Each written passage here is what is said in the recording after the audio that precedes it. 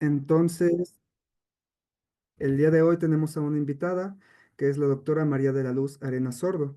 Es médico genetista con una maestría y doctorado en ciencias médicas, un diplomado en enseñanza superior, diplomado en docencia institucional y un diplomado en bioética en el Instituto Nacional de Rehabilitación. Es médica especialista e investigadora del Instituto Nacional de Rehabilitación Luis Guillermo Ibarra Ibarra, profesora de la UNAM en la Facultad de Medicina, profesora titular de la especialidad de genética médica con sede en el Instituto Nacional de Rehabilitación y en la Facultad de Enfermería y Obstetricia en pregrado. Es miembro del Sistema Nacional de Investigadores, miembro de la Asociación Mexicana de Genética Médica, miembro de la Asociación de Médicos del Hospital Infantil de México, miembro de la American Society of Humane Genética y miembro de la Sociedad Europea igual de Genética Humana. La doctora cuenta con diversas líneas de investigación, entre ellas destacan la hipocrucia familiar, malformaciones congénitas relacionadas, retraso global del desarrollo y obesidad. Cuenta con diversas publicaciones en el área y es coeditora del libro Genética y Audiología. Entonces, vamos a darle la palabra a la doctora.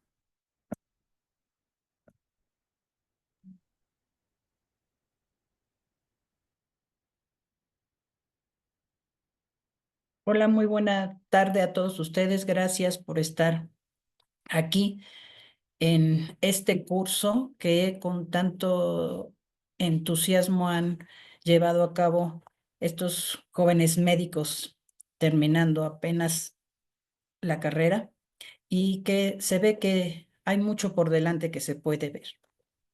Quisiera comentarles yo algunos aspectos de genética en general. Voy a compartir mi pantalla de la presentación y pues quizás hasta donde sé no les permiten mucho interactuar con palabra, hablando, pero bueno, pues pueden hacerlo a través del chat escribiendo para que si hay dudas, si hay comentarios o si yo les pregunto algo y ustedes quieren participar, lo puedan hacer. En este módulo yo quise enfocarme más hacia ¿qué importancia tiene el estudio genético en general? Porque, como ustedes verán en un momento más, pues prácticamente nos guiamos de la misma manera hacia cómo se estudian los pacientes. En principio, yo les diría que lo importante inicial es qué significa para ustedes genética. Realmente muchas veces empezamos directamente sobre un tema, pero en este caso, como todos ustedes están iniciando, eh, mejor pensé que debería ver si ustedes tienen una idea, pues más o menos clara de lo que es la genética, a genética general, si ustedes así lo desean, o ya enfocada específicamente a la genética médica. Si alguno de ustedes quisiera comentar algo en el chat, pues estaría muy bueno que me dijeran qué ideas tienen sobre qué es la genética para ver si tienen una idea clara o cercana a lo que vamos a estar platicando. Si puede, bueno, si se puede hablar y Lalo quiere hablar, pues adelante. Ah, Fernando, perfecto, adelante, Fernando. Buenos días, doctora, un Ah, gusto. Fernanda, Muchísimas perdón. gracias. Sí, no, No no me se fijé. preocupe. Pues la genética es el estudio, pues, de los genes, sus alteraciones y sus desórdenes, pero recuerdo también que cómo interactuaba estos genes con el medio ambiente, ¿no? Porque también puede estar correlacionado cómo se expresan. Sí, fíjate, Fernanda, y todos, un poco, no está mal dicho, pero si se fijan, ya ustedes apenas están iniciándose y ya tienen una deformación profesional. ¿Qué fue lo que dijiste primero, Fernanda? ¿Qué es el estudio de los genes? ¿Qué más? A sus alteraciones y sus desórdenes. Exacto. Entonces, allí ya empieza a haber un poquito de deformación profesional. ¿Por qué? Porque siempre pensamos en patología. Y en realidad tendríamos que pensar en general, ¿no? Entonces, fíjense que al menos yo siempre he decidido que la forma más fácil de definirla es que es una ciencia de herencia y variabilidad. Primero, a manera de chiste, siempre les digo que es una ciencia no esotérica, porque aunque sé que actualmente ya se le ha quitado un poquito esa, ese velo que tenía la genética como de ser algo difícil, oscuro, que pocos conocen, ya se está ampliando muchísimo, pues siempre parecía como que era esotérico, ¿no? Y hay fundamentalmente dos aspectos, que es herencia y variabilidad. Pero aquí, en realidad, no estamos hablando solo de patologías, sino de características en general. Entonces, recordar eso porque en realidad, pues todos somos, bueno, aparentemente normales, pero muchas de nuestras características, pues son normales y forman parte de la genética. Y por supuesto, pues hay genética animal, hay vegetal, humana, médica, ¿no? Claro, si decimos médica, por supuesto, enseguida pensamos en patología. Por eso les digo que ya todos nosotros tenemos esa deformación profesional. Y como ustedes ya han estudiado, porque me parece que la mayoría de ustedes ya están en los últimos semestres, incluso en algunos, en servicio social me parece también, sí sé que han estudiado aspectos generales de herencia, de los cuales no vamos a platicar porque ya los conocen, cualquier cosa se puede de todas maneras mencionar. Pero aquí pasaríamos, bueno, herencia ya sabemos que tiene relación con aquellos aspectos de la química que estamos transmitiendo, ¿no? Para que sea hereditario, quiere decir que lo podemos transmitir. Y la variabilidad es la que exactamente nos permite diferenciarnos unos de otros. Y fíjense que esto reza también muy bien con los pacientes, porque siempre pensamos que los pacientes tienen que estar exactamente como dicen los libros. Lo único malo es que, como dijeron todos nuestros maestros, los pacientes no leen los libros de medicina y por lo tanto no saben lo que tienen que tener. Y en genética se ve mucho. Entonces, hay veces que como que los fenotipos son muy precisos y fácilmente nos guían hacia algo, pero en ocasiones no es tan fácil. Y bueno, los pacientes que en realidad van a genética casi siempre tienen una odisea diagnóstica y una odisea de estudio, lo cual quiere decir que el paciente va a muchos sitios y no saben o no determinan lo que presenta. Entonces, si ustedes les preguntara yo, ¿cuál es la razón por la que el paciente lo envían a una consulta a genética? ¿Qué es lo que ustedes han visto o lo que ustedes pensarían? ¿Cuáles deberían de enviarse? A ver si alguien quiere comentar algo. Me gustaría comentar a mi doctora. Yo lo que recuerdo haber visto en alguna rotación, por ejemplo, de tumores cerebrales en neurocirugía, es que cuando había como una historia familiar, es cuando decidían mandarlos al genetista. Esa fue como mi experiencia personal. Claro que es muy importante.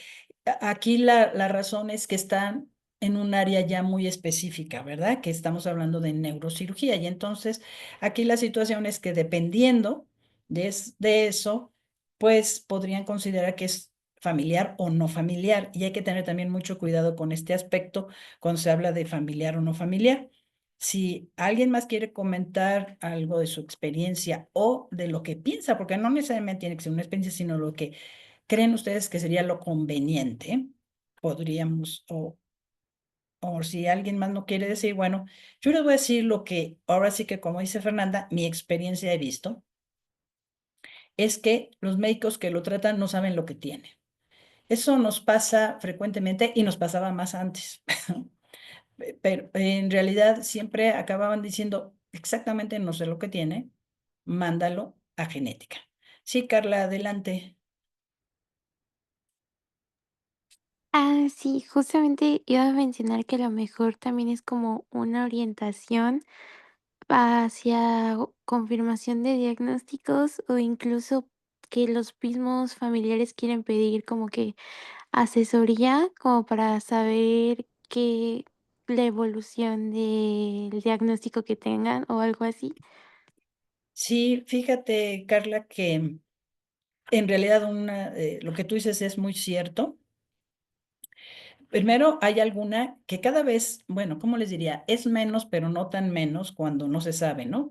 Porque todavía hay una gran cantidad de patología genética que no está, pues, realmente en el catálogo mental del resto de los médicos. Incluso nosotros, pues, lo tenemos un poco limitado, son demasiados los padecimientos.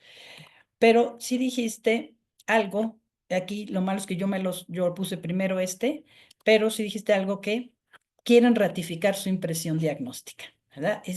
Eso sí también es cierto. Y conforme más genetistas hemos estado cercanos a otros especialistas, lo que hemos visto es que ellos van sintiendo la necesidad de estudiar con más cuidado a los pacientes. Lo hemos visto mucho, por ejemplo, en displasias esqueléticas, en alteraciones de retraso, en las alteraciones metabólicas, cuando dicen, oye, a lo mejor sí, primero tenemos que estudiarlo bien y saber antes de darle un posible tratamiento, porque eso es muy importante, porque ¿cómo vamos a guiar un tratamiento sin saber qué es lo que tiene? Y otra cosa que nos está pasando mucho recientemente es cuando otros especialistas les solicitan estudios, pero que no saben interpretar, que no lo entienden. O incluso llegan los pacientes ya con los estudios. Y eso sí les ha pasado mucho que se acercan a nosotros y dicen, oye, le mandaron algo que no tengo idea qué significa.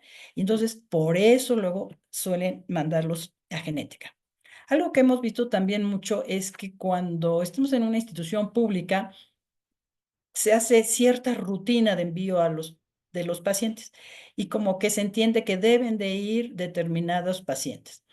Cuando se está en la medicina privada, la cosa es muy diferente y no se hace ese envío de manera rutinaria, ¿sí? Sino a veces sucede algo que dijo Carla. Bueno, si el paciente empieza a presionar y a decir, oiga, y mis hijos, mis nietos, mis primos pueden tenerlo, es hereditario o no, y entonces el médico muchas veces sí acaba diciendo, bueno, mire, para eso lo voy a enviar al genetista.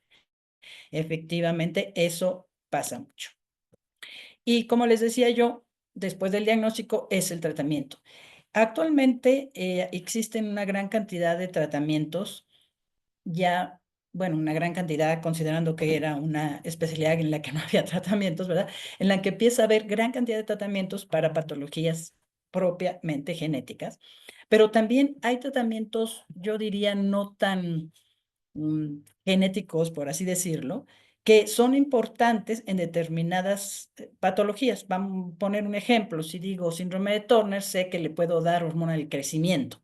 Y esa no es un tratamiento muy genético o muy específicamente genético, porque no va a tratar al Turner, pero algunas de sus sintomatologías o signologías.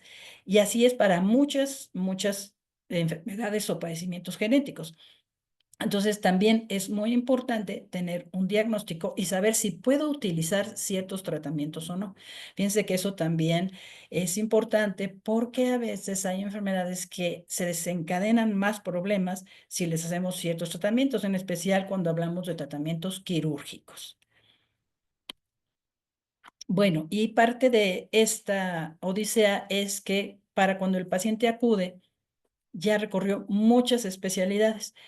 Y en ocasiones hemos visto que pueden pasar 5, 6, 7 y muchos años más antes de que el paciente logre un diagnóstico. Ahora, he de decir que también hay pacientes en los que no se logra diagnóstico, aunque lleguen a genética. Sin embargo, es importante considerar todos aquellos que sí podrían lograr un diagnóstico y un tratamiento oportuno.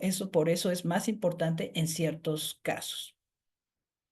Aunque sí sabemos que la tendencia actual es precisamente de que si haya un estudio completo del paciente y que incluya en algunos casos, que no necesariamente van, así es obligatorio, incluso el diagnóstico molecular.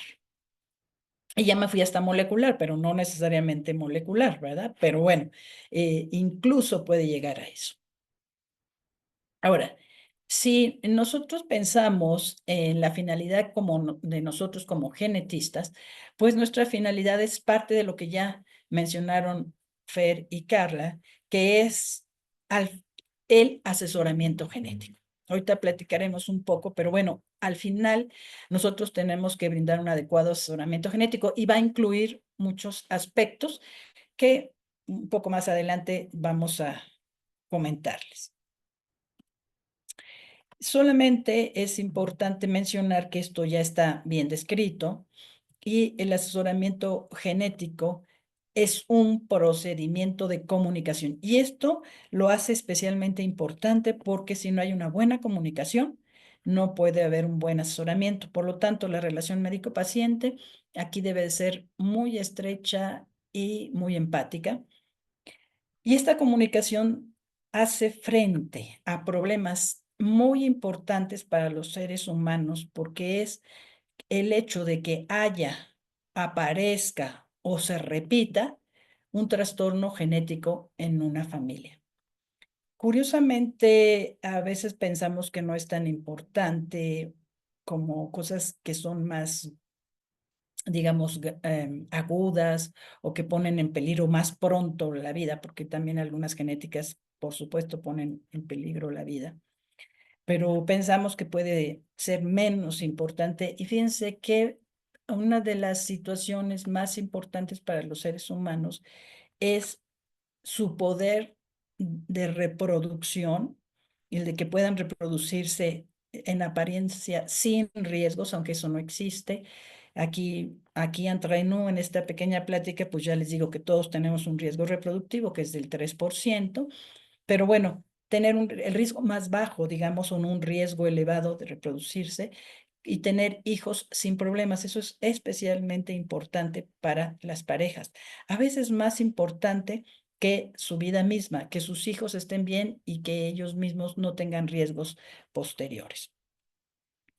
Ya pasando un poquito a lo que hacemos, es que los pacientes generalmente se hacen 3 preguntas, ¿no? Van a la consulta, pero en realidad casi siempre enviados, casi nunca solos. Sí tenemos experiencia con algunos casos que ellos solitos van al asesoramiento, eso no es lo más frecuente.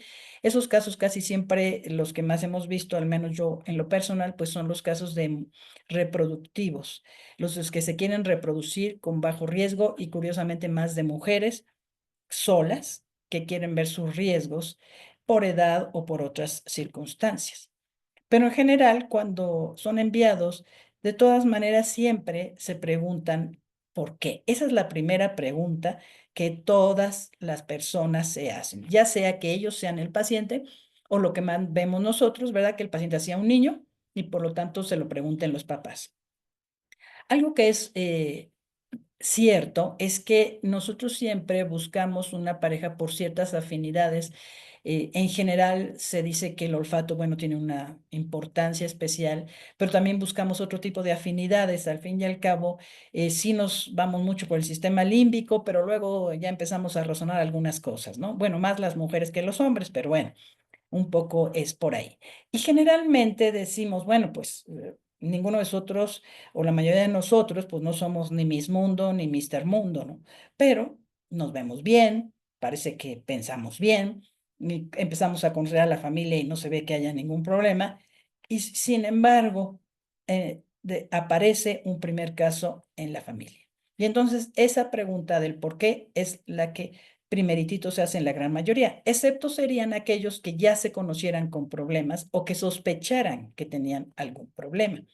Pero en general, la mayoría empieza por el por qué. Bueno, este por qué prácticamente por principio lo podemos explicar porque todos tenemos riesgo, ¿verdad? El que acabamos de comentarles. Y después tendría que ser a través del estudio ya mucho más dedicado, con cuidado, ¿no? De las características del paciente, de sus familiares, el árbol, etcétera. Y luego, ya una vez que dicen, bueno, ¿por qué? Porque mire, todos tenemos riesgo, etcétera, y empiezan a platicar, bueno, y ya sabe qué tengo, a veces llegan ya con un diagnóstico, pero fíjense que llegan a genética con un diagnóstico que no necesariamente es el diagnóstico completo, ¿no? Por ejemplo, es como cuando alguien tiene fiebre y dice, bueno, pero tiene fiebre, pero usted sabe por qué tiene la fiebre. Ah, no, pues porque tiene salmonela. Entonces el diagnóstico es salmonela. Y aquí nos pasa mucho. Vemos a alguien que llega con una malformación y cree que el diagnóstico es el nombre de la malformación sin saber que forma parte de un contexto mayor y de un síndrome genético como tal. Entonces, sí tenemos que explicar también. Y bueno, la mayoría de las veces es el hijo, pero también puede ser un paciente adulto, porque también tenemos muchas enfermedades de aparición tardía y esas son algunas incluso de estas que se ven en neurogenética. Bueno, realmente el estudio genético y para poder llegar al asesoramiento, necesitamos, como les decía yo, hacer un estudio minucioso. Ese estudio vamos a dividir básicamente en tres, que es el estudio clínico completo, y quiero que se preste mucha atención que el estudio clínico es el eje fundamental. No nos saltamos, porque fíjense que la mayoría de los pacientes, cada vez menos, pero todavía llegan y dicen que me va a hacer un estudio y piensan que les vamos a tomar una muestra de sangre, de orina o bucal, etcétera, como si fuéramos una especie de laboratorio, ¿verdad? Y entonces no saben bien que estamos hablando de un estudio completamente genético, lo que nosotros llamaríamos una delineación del fenotipo, en el que tratamos de ver sus características desde la cabeza y todo lo que esto implica, ¿no? Y hasta en los dedos de los pies. Y la delineación del fenotipo entonces es completa y no solo es externa, sino a veces necesitamos hacer algunas de esas internas, como pueden ser estudios bioquímicos, como puede ser radiografías, ultrasonidos, etcétera, porque eso también es fenotipo, nada más que no lo podemos ver en forma externa. Y por eso incluimos la parte que consideramos el estudio paraclínico. Digamos que el estudio clínico y el paraclínico van a permitirnos delinear un fenotipo, es decir, qué se está expresando de este paciente, qué es lo que sus genes están manifestando. Importante es que de nuestros genes que tenemos alrededor de 20,000, no estamos expresando siempre ni todos, y hay algunos que no se van a expresar, y hay algunos que no les vamos a dar tiempo, o hay algunos que requieren de algunos otros genes que pueden incluso modificar su expresión, o que requieren de otras variantes que no tenemos o que no tiene el paciente y por lo tanto no se van a expresar. Y estamos hablando tanto de las expresiones, vamos a decir, deseables, como las que generan enfermedades. Y también al final o al principio, eso es un poco decir, porque no hay un orden, dentro de la historia clínica, pues está la elaboración del árbol genealógico. Y la elaboración del árbol genealógico incluye pues todos los antecedentes heredofamiliares que tienen por generaciones. Esto es también muy importante porque nos está diciendo cómo se está manifestando o segregando una característica normal o anormal. Y tenemos que quitar un poquito la idea de que la mayoría, a lo mejor ustedes lo han escuchado, de que algunas personas tienen la idea de que desaparecen las características normales o anormales a la quinta generación. Me parece que es la quinta la que dicen, ¿no? Y bueno, hay que recordar que si una característica la tenemos, la podemos transmitir, pero no necesariamente transmitimos todo lo que tenemos, porque precisamente el hecho de que la reproducción sea sexual es lo que permite que haya gran variabilidad y que además estemos dando solamente la mitad de la información. Por lo tanto, no necesariamente los hijos son clones. Definitivamente eso no es, ¿no? Y no es tampoco el hecho de que, por ejemplo, pues lo tuvo el tatarabuelo, el bisabuelo, el abuelo, el padre, el hijo, ya hasta ahí terminó. No, mientras alguien lo tenga, lo puede heredar. Pero si esa persona no lo hereda por lo que ustedes quieran, porque decidió no reproducirse, porque tuvo un problema que no le permitió reproducirse o porque al reproducirse no transmitió la característica, pues al menos a partir de él, pues eso ya no existirá, a menos que existan posteriormente mutaciones de nuevo, ¿sí? De nuevo. Y esas, pues todos estamos expuestos a que sucedan, pero bueno, son de tantos tipos diferentes que no necesariamente tendría que caer exactamente en la misma entidad.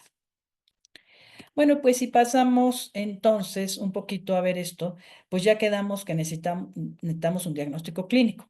Y un diagnóstico clínico en genética pudiera ser, por ejemplo, enfermedad por ejemplo, neurológica, progresiva, que le va quitando movilidad, fuerza, sensibilidad, tiene problemas de equilibrio, etcétera. Fue un diagnóstico clínico en el que pensamos en un problema. Pero de allí lo que tenemos que ir después, pues es al diagnóstico etiológico, exactamente qué lo originó. Y aquí sí viene un problema porque la clínica nos va a guiar, pero puede haber un abanico de posibilidades, entonces tenemos que tener mucho cuidado. Una vez que nosotros logramos un diagnóstico etiológico, podemos hablar de todos los aspectos de asesoramiento, como son los riesgos, la evolución y el pronóstico, que son fundamentales para los pacientes. Y fíjense que en neurogenética especialmente, porque son de las enfermedades que son el grupo de enfermedades con mayor tipos de progresión, y los posibles tratamientos.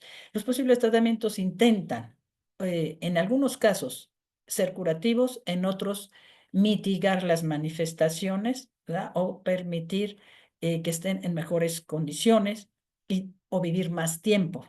También puede ser esa situación. Entonces, como decíamos, el estudio clínico se requiere una delineación fenotípica, y el fenotipo y el árbol es el que nos va a guiar para pensar si requerimos de algunos estudios.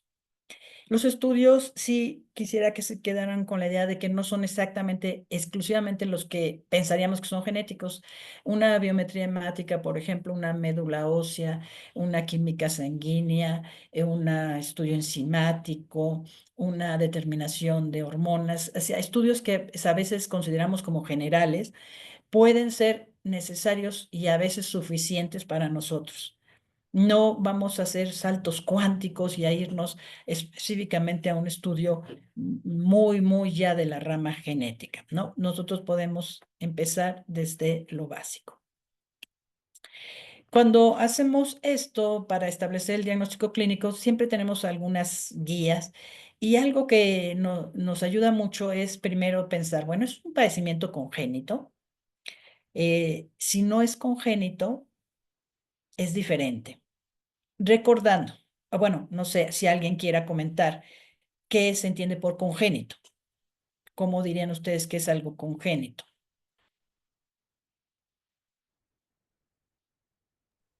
Yo entiendo que es con lo que se nace, ¿no? O sea, son las características in útero y posteriormente cómo se nace. Exactamente, sí, congénito es que está presente al nacimiento, efectivamente. Y fíjense que del congénito, si es malformativo o no, hace mucha diferencia. Lo malformativo usualmente, aunque no siempre, se nota al nacimiento. ¿Y por qué decimos usualmente? Porque, bueno, pues si tiene un problema del labio, de la orejita, de las manos, de los pies, se nota. Pero si tiene, por ejemplo, un riñón en herradura, pues no lo vamos a notar mientras esté funcionando, ¿verdad? No lo vamos a buscar. Si tiene problemas vertebrales, vértebras en cuña o de algún otro tipo, tampoco las vamos a ver. Y si tiene cardiopatía, pues cuando lo escuchemos decimos, ay, puede ser que tenga cardiopatía. Entonces, lo malformativo siempre nos ayuda mucho, y algo que también nos ayuda cuando hablamos de malformaciones es si es simétrico o no, y si es una entidad frecuente o no. Generalmente, lo simétrico es de un tipo de herencia, entonces nos vamos a buscar hacia allá, y si no es simétrico, pensamos más en otros tipos de herencia, o incluso en situaciones no hereditarias, como pudieran ser teratógenos. Y si es frecuente o no también, porque eso nos ayuda a pensar en entidades que estén más relacionadas, por ejemplo, un labio y paladar hendido, que es más frecuente, una displasia de cadera. Y si no es malformativo, es también importante, porque entonces ahí pueden ser más alteraciones probablemente de tipo bioquímico, deficiencias enzimáticas o de hormonales o de algún otro tipo, ¿no? O degenerativas, por ejemplo.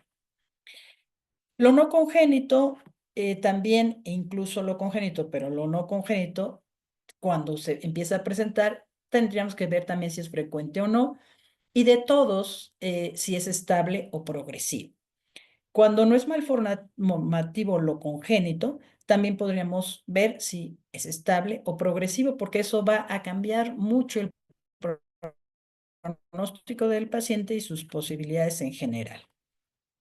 Bueno, y el árbol genealógico que les puse, creo que el más reducido que encontré, pero en realidad podemos hacer 2 o 3 generaciones. Generalmente hacemos 3 generaciones.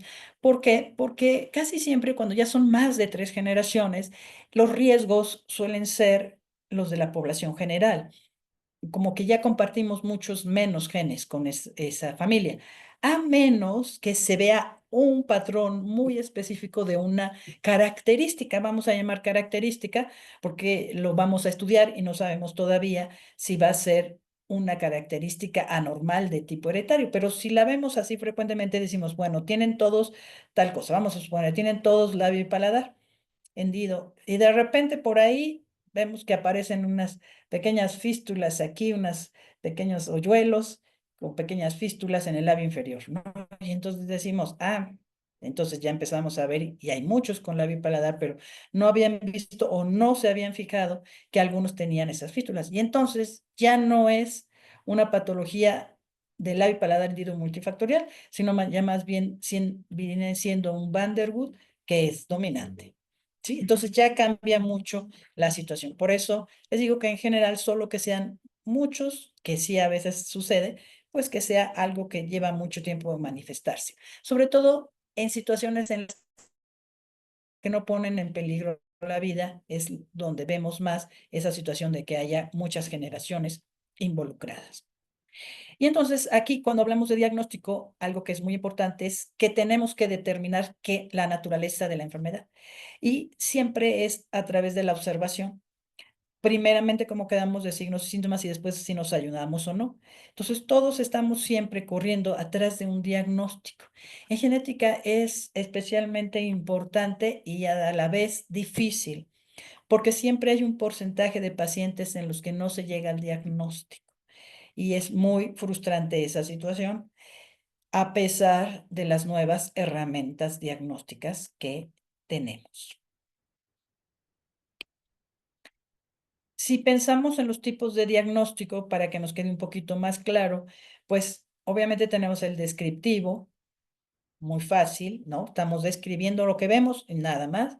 El nosológico, cuando agrupamos, nosotros podríamos agrupar un síndrome de talla baja, un síndrome polimalformativo, un síndrome de retraso, por ejemplo, ¿no? Un síndrome de displasia esquelética, aunque no digamos cuál, ¿sí? Estamos apenas agrupando. Y esos son los diagnósticos nosológicos, pero el que nos interesa al final es el etiológico para poder incidir sobre su evolución, sobre lo que nosotros llamaríamos su historia natural, ¿no? Entonces, ¿cuál es el origen del padecimiento?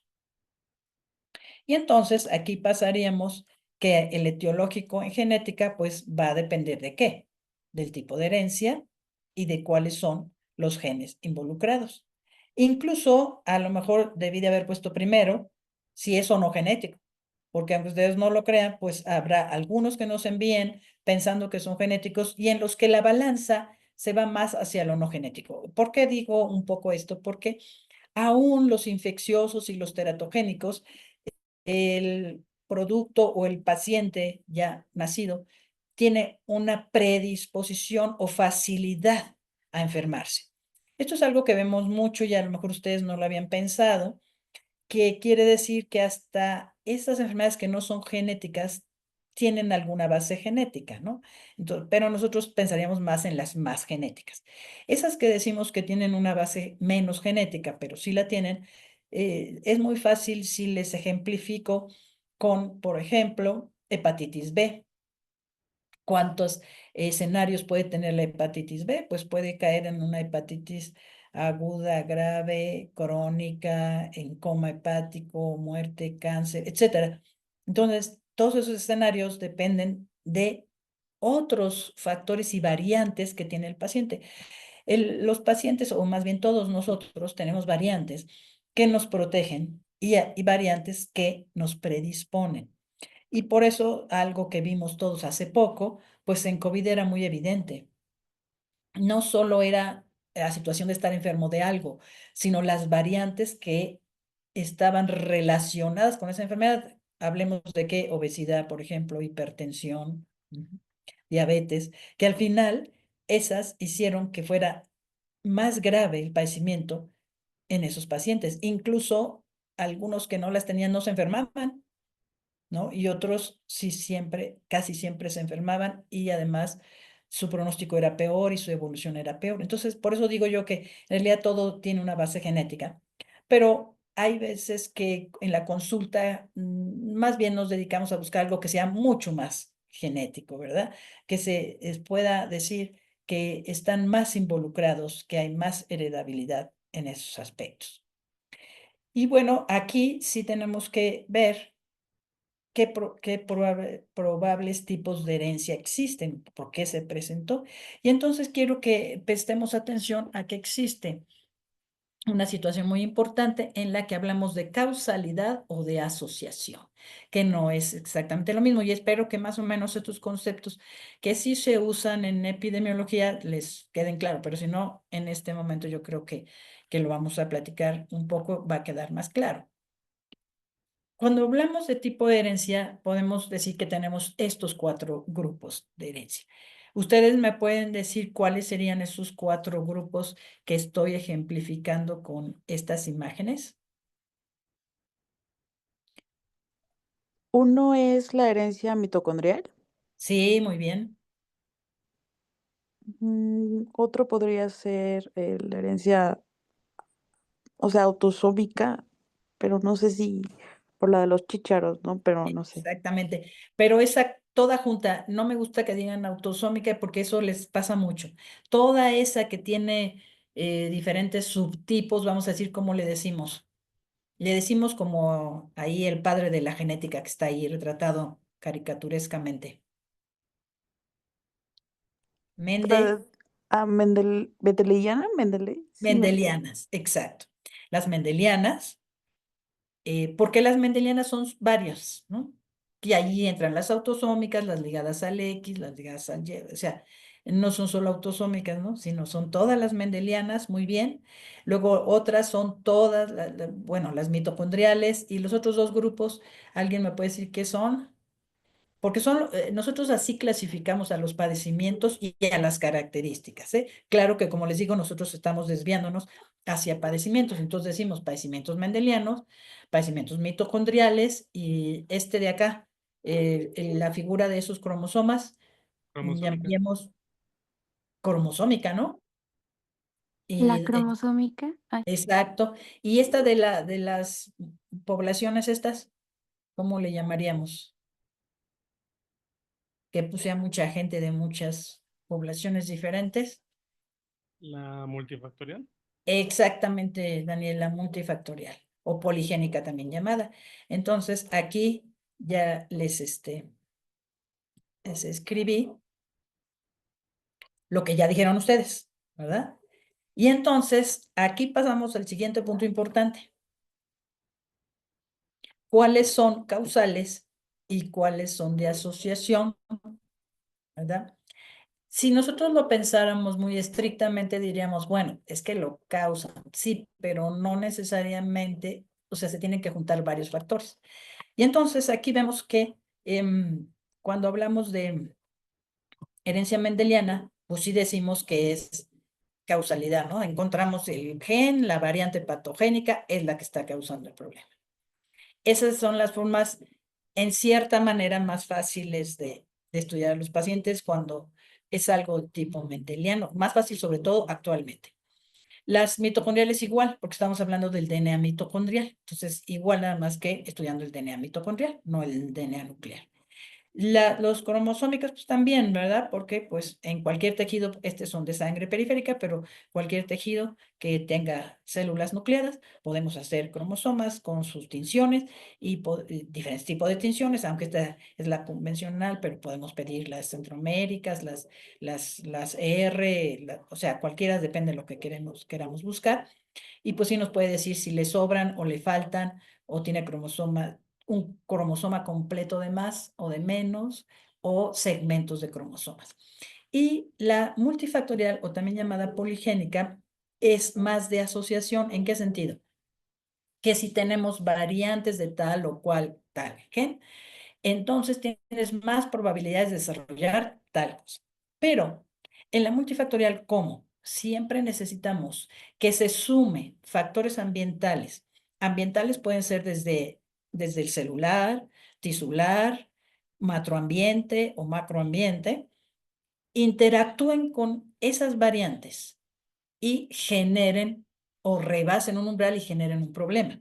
Un problema que puede ser una malformación o una enfermedad, como hipertensión, obesidad, diabetes o displasia de cadera, labio paladar hendido, etcétera, ¿no? Si se fijan, eso es una diferencia.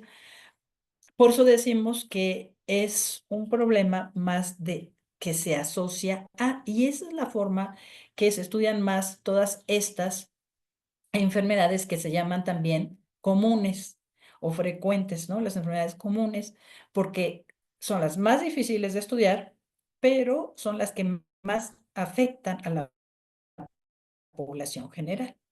Los genetistas también estudiamos esas enfermedades, pero la verdad es que la balanza se va mucho más a que nos envíen pacientes de los problemas probablemente mendelianos, mitocondriales o cromosómicos.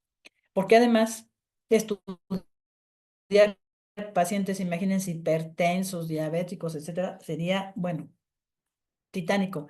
Entonces, lo que sí se hace mucho son estudios de investigación, y entonces sí ya se hace. Ahora también se estila mucho que en algunos sitios un poquito, bueno, no quisiera decirlo, pero sí es un poquito menos serio, ¿no? En gimnasios o en algunos otros sitios se mandan a hacer estudios para ver si tienen características para desarrollar, bueno, una buena masa muscular, o porque a lo mejor sí puede desarrollar hipertensión, entonces hay que tener cuidado con el tratamiento, con el ejercicio y cosas así, ¿no? O sea, sí se hace y se hace ya muy cotidianamente, en realidad. ¿Nos ayuda o no nos ayuda? Sí, sí ayuda, pero sí podemos interpretar adecuadamente esos estudios.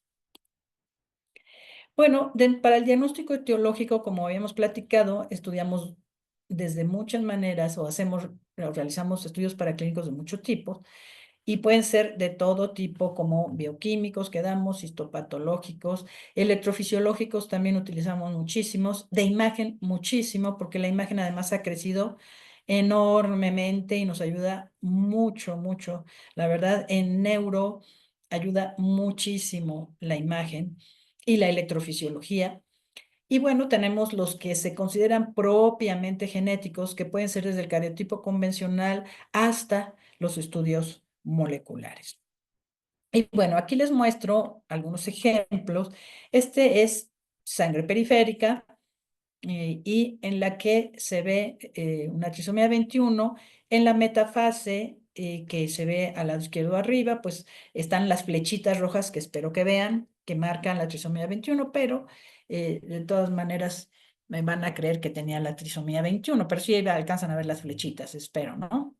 Para que no saque yo mi puntero, no o necesitan que lo saquen. Vamos a ver, se vean aquí, aquí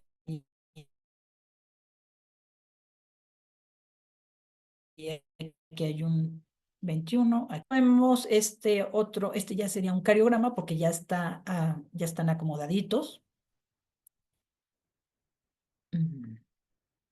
A ver si me escuchan bien, ¿verdad? Porque de repente se va un poco el internet. Bueno, esos que están acomodados ya se llaman cariogramas. También es de sangre periférica y tiene una translocación 922. Esta translocación 922 es la que se llamó precisamente el cromosoma Filadelfia. Y aquí tenemos un isocromosoma del 9 que ustedes pueden ver aquí. Lo importante de estos ejemplos nada más es para que vean que su poder de resolución son 5 megabases, lo cual quiere decir que si hay una alteración más pequeña de 5 megabases, no la vamos a poder ver con citogenética convencional, que aunque en muchos años se hizo casi como el único estudio en genética, pues ahora no está en desuso, por supuesto que no, es muy útil, pero por supuesto tiene esta limitación. Y, por ejemplo, bueno, este que ya les decía, ya del cromosoma 922, que aquí está la translocación 922, y que es pero este es en médula ósea, y es el cromosoma Filadelfia. Y ahí están mostrados también.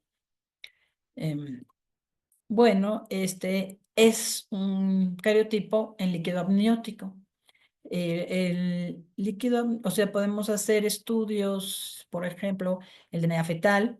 Sin embargo, si queremos corroborar algo todavía tenemos que hacer citogenética convencional. Y bueno, este es de líquido amniótico. Y para hacer líquido amniótico, los cromosomas están bastante bien, que sí que ya se ha ido logrando. Y eso también tiene mucho que ver con la habilidad del citogenetista, porque cuesta más trabajo que en sangre. Pero tenemos otros tipos de estudios como el FISH, que es una hibridación in situ fluorescente, en la que se busca determinado segmento, como en este caso se buscaba solamente el segmento del cromosoma 22q11.2. Y ustedes aquí pueden ver que existe estas sonda que está hibridando verde y roja. Son dos ondas diferentes. Una es para determinar cuál es el cromosoma 22 para que no estemos equivocados. Y la roja es de la región. Si nada más tiene una señal, quiere decir que aquí no existe ese segmento. Por eso, este FISH demuestra que hay una deleción del cromosoma 22 en la región Q11.2. Y existen otros, como los microarreglos, que se consideraron un tiempo como la primera arma para estudiar microdeleciones y microduplicaciones. Y en las que lo que tenemos que hacer es obtener muestra de un tejido y obtener DNA, pero también puede ser RNA, y si es RNA, tenemos que hacer una RT-PCR, o sea, una transcripción reversa. Y después vamos a marcar la muestra para que se hibride en una plantillita que es el microarreglo, y que es esta parte en la que vamos a ver si hay expresión o no de acuerdo a la colorometría que se muestre. También existen otros tipos de estudios como los microarreglos cromosómicos, que es la misma idea, y en la que nos están mostrando aquí que aquí debería estar toda la dosis normal, y si parte del cromosoma está de este lado que falta, y si está de este lado que sobra, como aquí pueden ver, este segmentito correspondería a que hay una deleción. Es del cromosoma 1 y de la región P36.33. Y aquí lo importante es que estamos hablando de una capacidad de resolución de 0.1 megabases. El otro, se acuerdan, era 5, por eso quería mostrárselos. Existen otras, miren que este estudio es más feyón, pero así estaba el estudio, que nos muestra también, miren, es lo mismo, pero si lo estamos viendo de otra manera, aquí se alcanzan a ver los números de 0.5 o 1.5, eso quiere ver con dosis, y fíjense cómo aquí hay un segmento que está por debajo, o sea que está a menos 0.5, por lo tanto es una deleción, y aquí es del cromosoma 6, y aquí está mostrando qué tipo de deleciones. Y bueno, también sabemos que muchos de estos estudios y los que siguen dependen de algo que se llama PCR o polimerasa chain reaction, que es reacción en cadena de la polimerasa, que nos permite tener un gran número de copias de una región de DNA, y eso es súper interesante, bueno e importante, porque nos permite estudiar más fácilmente. Imagínense, es como una fotocopiadora, ¿no? Tener muchísimas copias, y fácilmente podemos hacer estudios con más detalle. Y bueno, aquí es nada más para que recordaran ustedes que, bueno, primero se desnaturaliza con calor, y al separarse y tener los primers y alinearlos, vamos extendiendo las moléculas, y entonces se va haciendo exponencialmente el número de DNAs que vamos obteniendo, porque se alinean los primers, se hace una extensión, por lo tanto se crean ya dobles, y luego se renaturalizan, quiere decir que se unen, pero luego las volvemos a desnaturalizar, y entonces ya no vamos a empezar con 2, sino empezamos con 4, y así de cada molécula que utilicemos. Y bueno, también hay una variante de este PCR que es el tiempo real y que lo que hace, y por eso se le llama Q, es de quantitative, es que en realidad lo que hace es que cuenta a través, cuando realiza el PCR los va contando. ¿Por qué? Porque hay fluorescencia que se añadió y por lo tanto cada vez que se amplifica se suelta la fluorescencia y se van contando, ¿no? El aparato los va contando y entonces nos va diciendo cuánta dosis hay de lo que queremos buscar. Y esa es la forma en la que se estudian muchas de las variantes polimórficas que queremos saber si presentan o no determinado grupo de pacientes. Se utiliza mucho para todos los estudios de asociación, por ejemplo, o cuando buscamos específicamente un segmento que queremos y lo podemos buscar y ya decimos, sí, pues los pacientes sí lo tenía o no lo tenía y ya, no tenemos que hacer de todo el genoma, sino un segmento. Y la secuenciación, al final, que bueno, todo empezó con Sanger, que es muy útil cuando es la de tipo Sanger porque nos permite conocer o estudiar un determinado gen. Y todavía se hace cuando queremos buscar variantes en familias de pacientes en los que ya se tiene el diagnóstico, porque es como ratificamos con cuidado, ¿no? En muchos casos todavía se llega a hacer, aunque se tengan exomas o genomas, y entonces decir, a ver, voy a buscar bien, bien y a estudiar bien, bien este pedacito con este secuenciación tipo Sanger. Y bueno, eso tiene que ver precisamente con la característica del DNA y su carga negativa. Y aunque se ha hecho de varias maneras, pues en realidad ahora se hace con electroforesis capilar. Antes se hacía, a veces todavía se puede hacer, ¿verdad? A través de un gel que puede ser de agarosa o de otros elementos. Y podemos obtener algo así. Miren, cuando era un gel de agarosa, con nuestro carril de peso molecular que nos dice cuánto pesan estos y así poderlos identificando. Aquí son cada uno pacientes y un carril en blanco. Estos son los exones 48 y 51 del gen de Duchenne. Pero actualmente pues ya los hacemos con electroforesis capilar en la que aquí se ve claramente que por diferentes colores que va bueno, no condiciona, sino que cada uno pertenece a una de las bases y entonces de acuerdo a esto, vamos sabiendo qué bases son las que existen y si hay cambios o no, los podemos detectar. Porque sabemos cuál es la secuencia normal. Entonces son prácticamente comparativos.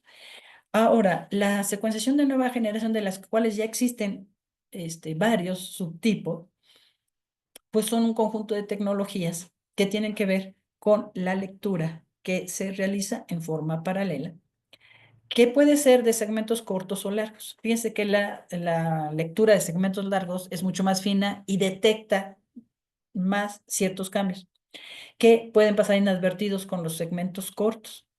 Y una vez que se leen, se van leyendo pedacitos, todos se van obteniendo y se tienen que comparar.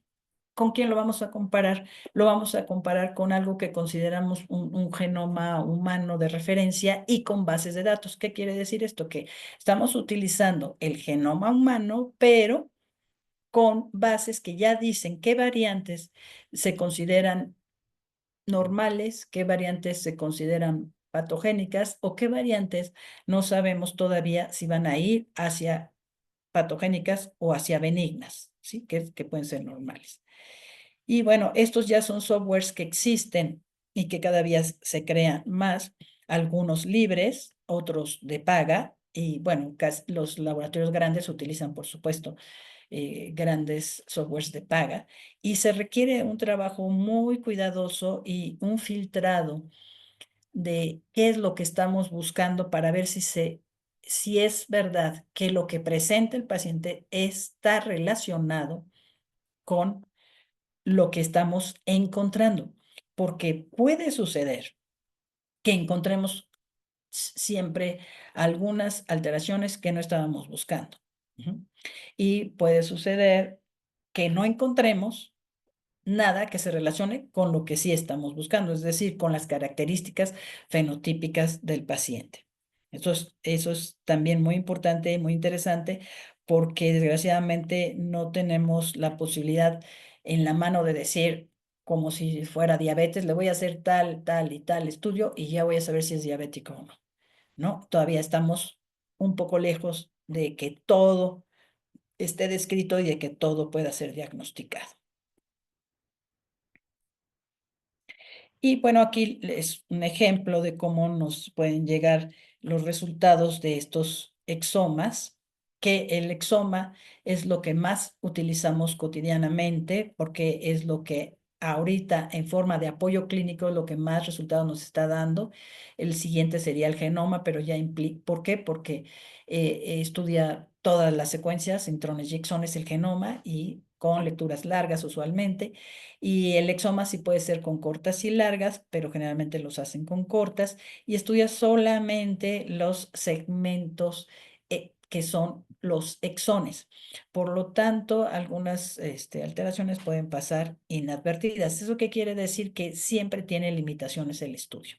No hay estudio que no tenga limitaciones, o sea que no todos necesariamente nos van a dar un resultado. Y en este lado nosotros podemos ver que nos especifican en qué gen salió qué variante, si hay, está en heterocigosis o en homocigosis y qué significado tiene.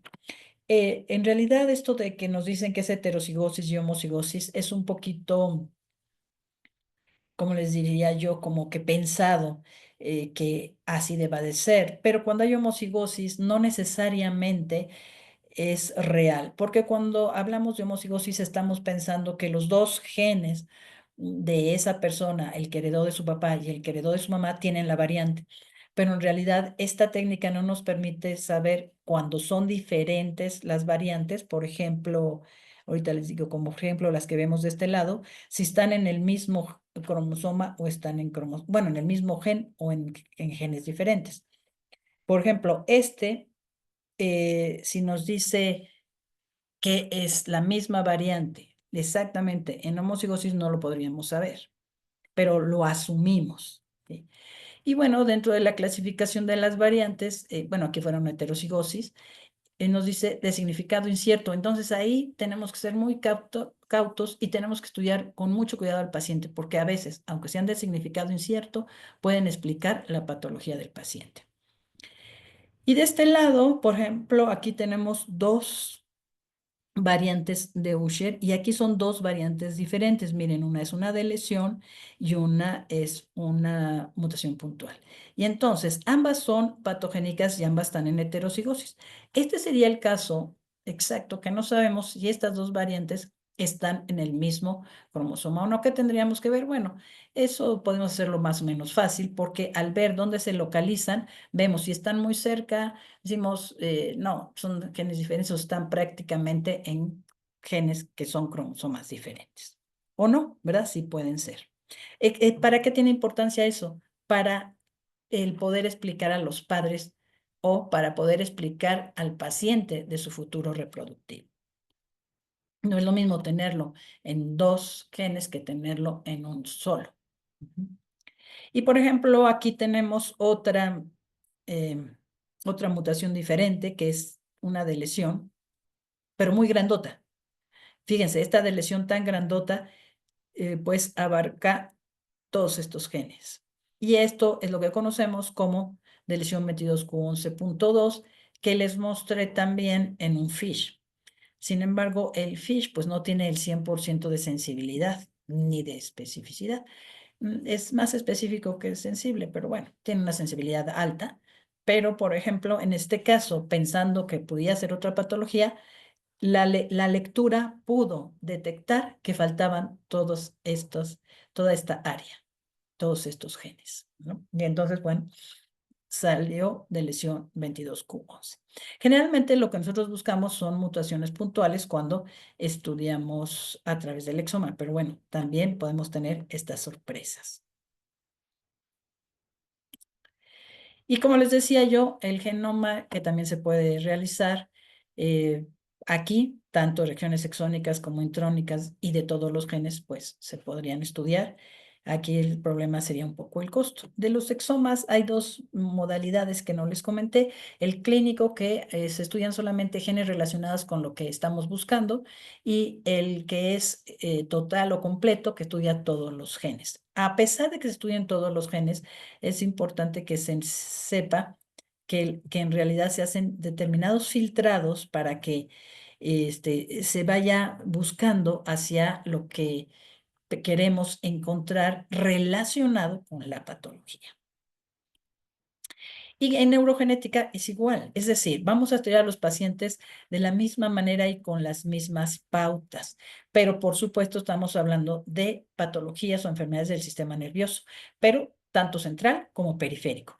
Y de las centrales tenemos muchas que son neurodegenerativas y tenemos algunas que son de adultos, más de adultos, pueden presentarse en niños, pero más de adultos como Huntington, de adultos definitivamente como Alzheimer, aunque sean adultos jóvenes en los casos familiares, y desmielinizantes en niños, como el CRABE, medulares como la atrofia espinal muscular, para la cual, por cierto, ya empieza a haber tratamiento, y de nervio periférico como las neuropatías desmielinizantes tipo Charcot-Marie-Tooth. Entonces, sí hay mucha patología genética en neurología. Pero fíjense que la neurología es muy específica y nos dice con mucha precisión cuál es el sitio, ¿no? Nos dice encéfalo y el sitio exacto del encéfalo, de la médula, del periférico, etcétera. Sin embargo, hay muchas que son similares y entonces ahí sí viene el poder discernir exactamente qué proceso es el que está afectado y por lo tanto qué tipo de genes están involucrados y qué tipo de herencia. Entonces tiene también el mismo grado de dificultad en ese sentido, aunque el sindrómico, vamos a decir, el que es nosológico, sea mucho más rápido que otros, ¿no? Porque aquí sí el nosológico es muy fino de dónde es el sitio donde se encuentra la alteración. Y bueno, de los estudios moleculares, pues como decíamos, dependerá del tipo de variantes y pueden ser variantes puntuales, seríamos de mendelianos, los de tripletes repetidos, que es otro tipo de mutación en lo que hay una expansión de tripletes que ya modifica la expresión del gen y por lo tanto también va a modificar la presentación temprana o no de los padecimientos y existen técnicas como el RT-PCR triple primer de lesiones, duplicaciones, básicamente. Y curiosamente, muchas de las de neurogenética están o son secundarias a alteraciones de tripletes repetidos, que luego pueden crear problemas para su expresión y también algunas con alteraciones de RNAs que se acumulan en la célula y crean un problema en cierta manera de toxicidad. Y pues como hablábamos que al final el asesoramiento era el importante, pues tenemos que hablar de riesgos, los riesgos del padres del afectado en su descendencia o de los hermanos en su descendencia, pueden ser completamente diferentes. Imaginen ustedes algo que es, por ejemplo, autosómico recesivo, en el que requiere que de ambos padres se herede la variante, pues a lo mejor el afectado lo heredó de sus padres y los padres van a tener un riesgo de 25% en cada embarazo. Pero el afectado en su descendencia, pues si no se casa con alguien que también sea portador de esa variante, su riesgo va a estar por debajo del 1%. ¿Y qué tal los hermanos o su descendencia? Pues si no son portadores, o sea, no son pacientes, nada más habría que ver si son portadores en heterocigosis y que su pareja no tenga esas mismas variantes. Para eso incluso, pues ya también hay estudios para búsqueda de portadores de las enfermedades más comunes, pero si se sabe de una enfermedad en especial, pues ya se va directamente hacia esa enfermedad. Como decíamos, tenemos que decirles a los pacientes y a sus familiares la evolución es estable o progresivo, o cuando nosotros decimos cuál es la historia natural de la enfermedad, ya podemos decir si es estable o progresivo y platicábamos antes que lo que intentamos con los tratamientos son precisamente modificar su historia natural. Tenemos que explicar sobre los posibles tratamientos que pueden ser médicos, quirúrgicos, rehabilitadores y de terapias sustitutivas o incluso génicas. Ya existen varios, como les comentaba. Y también tenemos que darles la opción y explicarles que hay tipos de diagnósticos, porque una cosa es que ya se tenga un padecimiento, pero se quiera ver más hacia otros familiares o hacia la misma pareja. Por ejemplo, el diagnóstico prenatal, el diagnóstico de enfermedad en alguien que todavía no lo tiene, que sería el predictivo, o de la enfermedad en alguien que pueda tener una expresividad menor, el estado de portador, que es especialmente importante en muchas enfermedades, por no decir en todas, ¿verdad? Pero algunas son más importantes. Y pues el asesoramiento debe ser informativo y carente de imposiciones. No se puede decir, por ejemplo, usted no debe tener hijos. No, nosotros tenemos que informar riesgos, probabilidades, evolución, todo eso que hemos platicado, y las decisiones finales las toma el paciente o el paciente y la pareja, dependiendo de lo que estemos hablando, ¿no? Y pues siempre debe de guiarse de directrices éticas como son autonomía, confidencialidad, información, beneficencia y equidad, que sabemos que es muy bonita la ética, pero a veces no se cumple del todo. La autonomía es pues que precisamente sea por solicitud del paciente. Entonces, el médico que lo atiende por otra razón de decirle, ¿le gustaría a usted que lo enviara con un genetista para que le explique esto? Porque a veces las personas no saben que existe ni siquiera la especialidad. Y además, los resultados de los estudios pues deben ser solamente para los mismos pacientes. Solamente hay excepciones cuando están involucradas terceras personas, ¿no? Y por ejemplo, eh, es progresiva la enfermedad y se puede dar un tratamiento. El típico ejemplo sería la fenilcetonuria o incluso el mismo hipotiroidismo, ¿no? Que se hacen ya dentro de esos estudios de tamizaje. La confidencialidad es lo que comentábamos sobre el secreto profesional, y en principio no debe de haber secrecía, no se puede comentar sus resultados con otras personas ni familiares, a menos que así lo desee el involucrado, a menos que otras personas por esa secrecía estén involucrados y puedan existir daños en ellos. Entonces aquí hay que tener mucho cuidado con estos aspectos. Y como les decía, lo más importante es que haya una información adecuada, completa y de fácil comprensión, que a veces no es tan fácil, y que siempre se debe otorgar un consentimiento para que una vez que esté bien informado pueda tomar las decisiones adecuadas. Algo que es muy importante también, sobre todo actualmente con la cantidad de estudios tan amplios que se hacen, es que el paciente puede negarse a conocer el resultado. Por ejemplo, a mí me está estudiando por esta cardiopatía, pero ¿sabe qué? Si dice por ahí y aparece algo que dice que me va a dar un cáncer, que me va a dar demencia, que me va a dar, eso no lo quiero saber. Entonces, sí están en su derecho también como pacientes. La beneficencia es que esta información que le demos le sea útil y pueda ser capaz de tomar decisiones.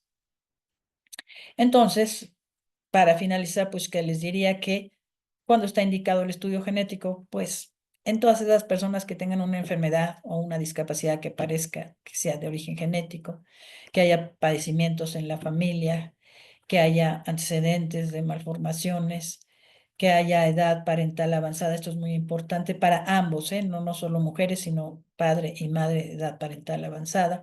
Antecedentes de problemas reproductivos o de exposiciones a mutágenos o teratógenos, que pareciera que no existen, pero sí existen con cierta frecuencia.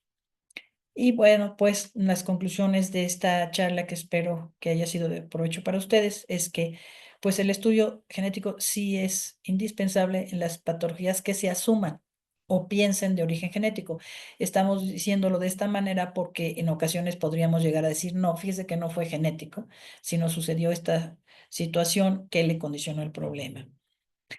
El estudio genético, esto es también muy importante, debe ser realizado por un médico genetista y siempre inicia con un examen clínico completo. Es muy importante decir que el eje del estudio de los pacientes en todas las especialidades médicas es el examen clínico, y la genética no es la excepción. Y también es importante decir que hay veces que el diagnóstico se hace solo con las características clínicas y no requiere de otro tipo de confirmación. Los estudios paraclínicos deben ser solicitados e interpretados por el médico genetista por aquello que platicábamos, que a veces no se sabe explicar o no se entiende el resultado. Hay muchos estudios paraclínicos que pueden realizarse, pero siempre deben de ser de acuerdo a la impresión diagnóstica y no hacer sin ton ni son, porque como de repente hay gente que, pues hazle todo para ver qué sale. No, siempre es dependiendo de qué características tiene el paciente. Su finalidad es el asesoramiento que ya platicamos, que debe ser guiado por directrices éticas, informativo y sin imposiciones. Pues agradezco mucho a ustedes el que hayan acudido a esta plática y pues felicito también a los organizadores porque pues es un trabajo un poquito eh, extra a lo que tienen que hacer y que permite pues mayor aprendizaje para todos nosotros, yo incluida. Muchas gracias. Si existe algo que se quiera comentar o preguntar, adelante. Dejen que voy a prender la luz porque ya no me veo. Muchas gracias, doctora. Bueno, ahora vamos a leer las... Dejaron dos preguntas al privado. Una de el compañero Daniel, que comenta que genética es una especialidad que le ha interesado, que si tiene algún consejo que pueda dar para futuros aplicantes a la especialidad. Sí. Lo más importante, primerísimo, importantísimo, es que les guste la especialidad. El problema aquí es que se tiene poco conocimiento de la especialidad. Entonces, el consejo es acercarse a los servicios de genética y ver exactamente qué es lo que hacemos y cómo lo hacemos, porque así se pueden dar una idea mucho más cercana de si les gusta o no, o es la idea que ustedes tienen.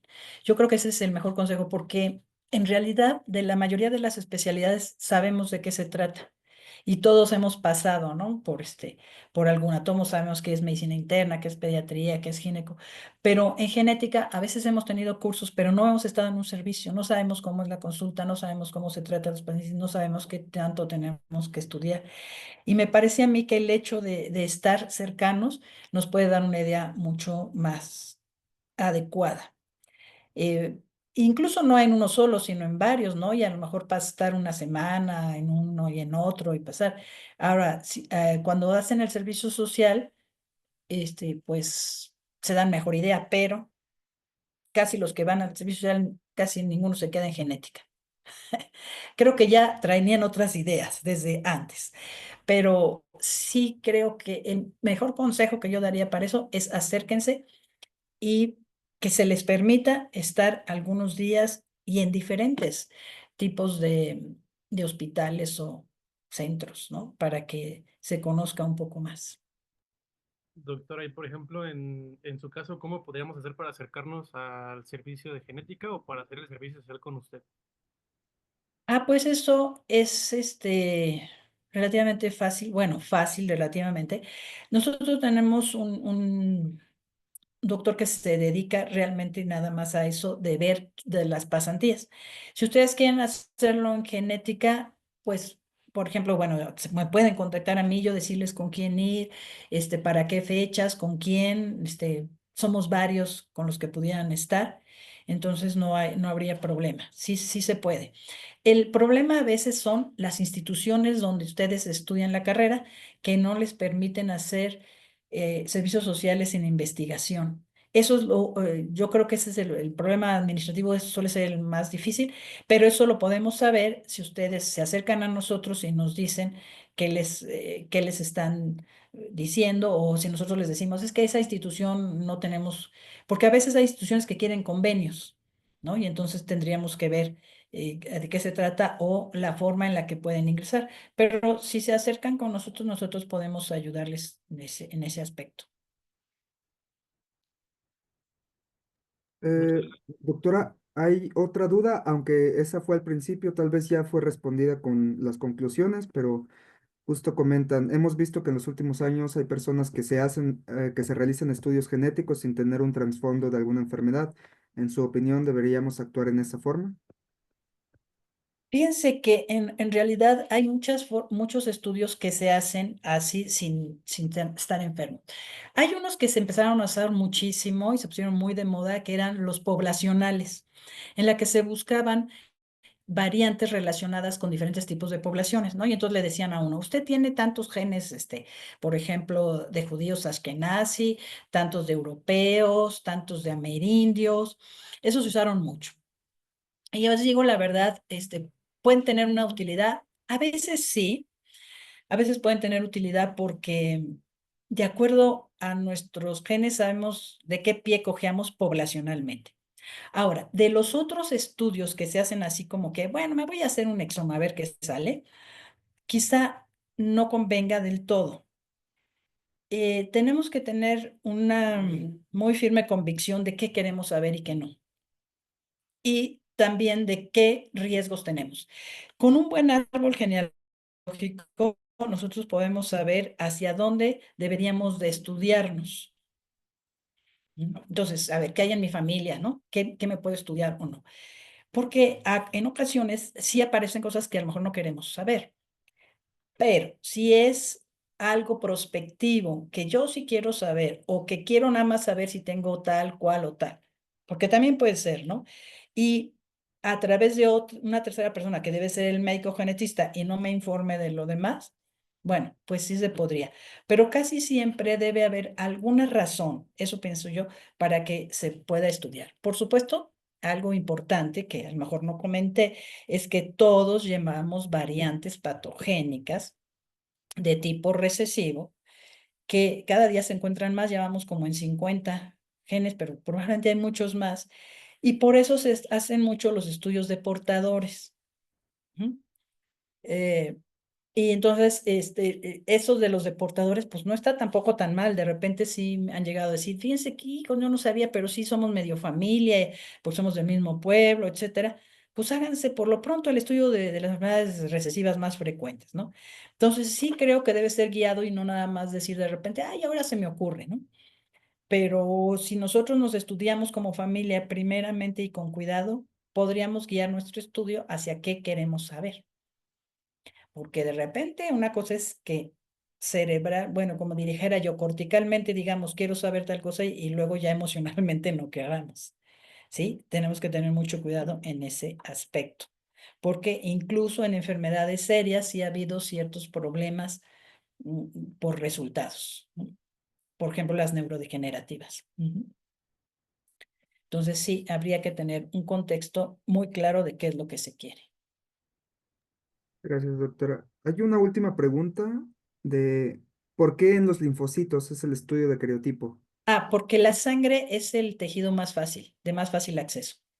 Y dentro de fácil acceso, lo que tenemos más de células nucleadas son linfocitos. Por eso se hace en linfocitos. Esa es la única razón. Pero en realidad, el cariotipo convencional o incluso de cualquier tipo se puede hacer, bueno, y DNA, o sea, me refiero, y también moleculares, se puede hacer en cualquier tejido. En cualquier tejido que tenga células con núcleo. Entonces, lo que pasa es que imagínense tomar, por ejemplo, piel para fibroblastos. Pues ya necesitamos ahí un cirujano plástico que le deje una heridita bonita, o sea, una cicatriz decente. O sea, es complicado, ¿no? Eso lo hacemos cuando, bueno, pues cuando queremos ver si no hay un mosaico, básicamente. Ujú. Que decimos, bueno, en sangre no le sale, pero ¿qué tal si en los otros sí? Porque sí tiene características o sí pareciera que pudiera ser. Recordando que por lo menos tenemos tres tipos bueno, origen de nuestros tejidos de tres capas, ¿no? Y entonces ahí podemos tener mosaicos en diferente proporción. Y puede ser que en sangre no nos salga un resultado positivo. Pero es complicado, ¿eh? No crean que muy frecuentemente estamos buscando otros tejidos. Muy bien. Serían todas las preguntas. Ya no veo que dejen algo en privado en el chat. Entonces, doctora, agradezco que nos haya apoyado aquí al curso de neurociencias por parte de los alumnos de médicos pasantes. Y pues para todos sería todo el final de la ponencia el día de hoy. Gracias. Muchísimas gracias, que les Muchas gracias, vaya muy doctora. bien. Gracias, que tenga buena noche. Igualmente. Adiós, Daniel. Bye. Gracias por el corazoncito, Fer. Bye. Gracias.